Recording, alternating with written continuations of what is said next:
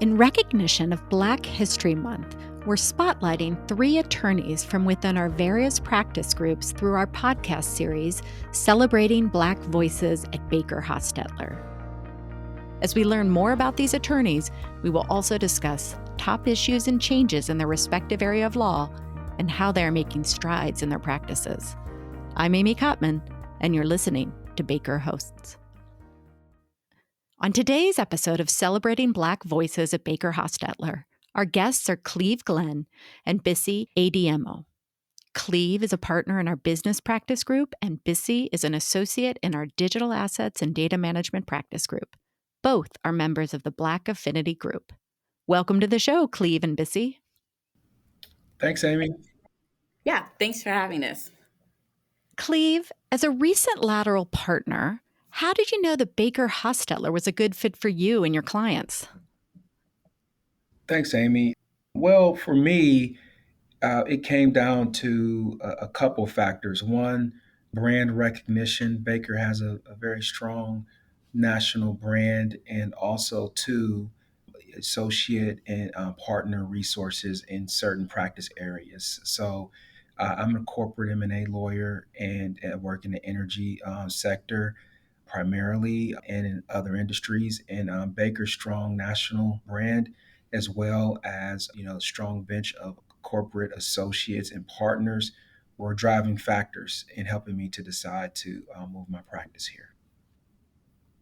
Cleve, can you also talk about your experience, specifically what it's been like moving from in-house to private practice?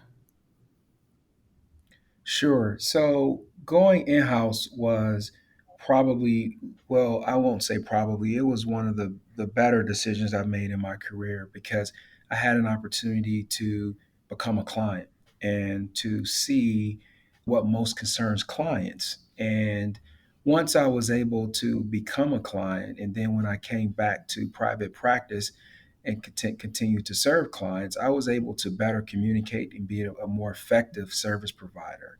I was able to more clearly, eloquently, and efficiently articulate the value that the legal services that I provided would provide to the organization. And it was just a great opportunity to being a client to understand now on the other side the voice of the client and be able to better communicate and provide services to the client. Thanks, Cleve. Bisi, what drew you to focus your practice on technology and data privacy? Yeah, so I didn't start out my practice in technology and data privacy. I kind of fell into it. And really, the biggest thing was just kind of how rapidly this area of the law was changing, whether it was, the increase in ransomware and incident response or the new privacy laws from the GDPR to the CCPA. It really felt like a practice of the law or an area of the law where things were ever changing and would constantly keep me on my toes. And I really appreciated that part of, some type of a practice where I was constantly learning something new. Great. We all know that mentorship is a key part of professional development in a law firm. What do you see as the primary benefits in a mentor-mentee relationship? Cleve, let's start with you. Sure. Thanks, Amy. I think the primary benefit in a mentor-mentee relationship is from the mentee's standpoint, the mentor is able to provide information and perspective that the mentee can utilize in order to make decisions as far as how he or she wants to develop his or her practice. And also from the mentor standpoint, it gives you an opportunity to share not just your accomplishments, but maybe some of your missteps with your mentee so that the mentee can learn from your experiences and make better decisions throughout the course of their careers. Thanks, Cleve. And what about you, Bisi? Thanks, Amy. Yeah, from the mentee standpoint, I've had wonderful experiences throughout my career of learning from various people, both in and out of my practice area, of, not just how to be a privacy attorney, but just how to practice law, in general, from a personal standpoint of kind of navigating life as a lawyer. And so I found it to be invaluable in my career, just kind of starting out in, to where I'm at now. So, giving back to the community is an important aspect of BakerHostetler. Bisi, are you involved in any initiatives to help raise awareness in the community or support diverse talent in your areas of practice? Thanks, Amy. Yes, I am. Have been involved in the associate board for the Diverse Attorney Pipeline Program. It's a program that really reaches out to first year students of underrepresented women of color, and it provides a number of different resources from professional development, academic coaching, as well as a career component of doing interviews in their first year. So I've been involved with it since 2018, and I've really enjoyed it. I've had a number of different mentees from different schools across the nation, and just being able to kind of give the advice that I didn't necessarily receive from starting out in law school, and really seeing some of those individuals kind of develop. My first mentee graduated about 2 years ago, and just kind of seeing from where she was from her first year to graduating and ultimately finding and securing a position post graduation has been really fulfilling. Yes, I could see that for sure. Cleve, what about you? Can you talk a little bit about your involvement in the community?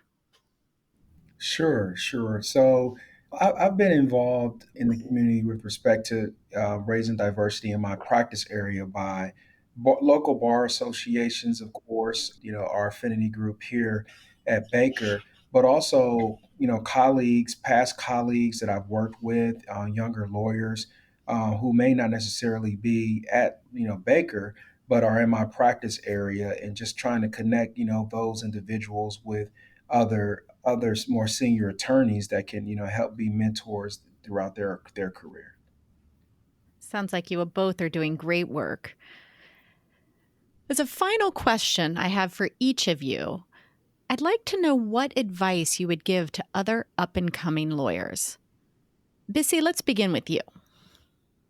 Yeah, I think advice that I would give to an up and coming lawyer is to really take the opportunity to be a sponge, right? To soak up as much information, whether it's in your practice area, from your mentors as possible, and really just kind of, dive in head first in terms of being a lawyer. I think, I've always wanted to be a lawyer, and I've always enjoyed, talking to other people in terms of their path and just understanding, what they're doing, just because the law is so vast. So for an up and coming lawyer, I would say really just be a sponge and just soak up as much information as you can from, different lawyers who've been in the practice for a while.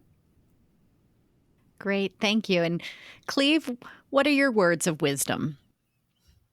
My words of wisdom are to make sure you find a practice area within the law that excites you. Don't just make decisions based on financial or what other people are doing. Run your own race. Follow your passions, and when you follow your passion and run your own race, you'll be successful, because that's what will get you out of the bed in the morning on the hard days, when it's something that you really are passionate about, and that excites you. So in some, you know, pick a practice area that really, gets you fired up and ready to go. And the success will come. Great advice, both of you. Thanks so much for joining us today, Cleve and Bisi. Thank you. Thank you. If you have any questions for Cleve or Bisi, their contact information is in the show notes. If you enjoyed this podcast, please be sure to check out part 4 of our series, Black History Month, celebrating Black voices at BakerHostetler. As always, thanks for listening to Baker Hosts. Comments heard on Baker Host are for informational purposes and should not be construed as legal advice regarding any specific facts or circumstances. Listeners should not act upon the information provided on Baker Host without first consulting with a lawyer directly. The opinions expressed on Baker Hosts are those of participants appearing on the program and do not necessarily reflect those of the firm. For more information about our practices and experience, please visit bakerlaw.com.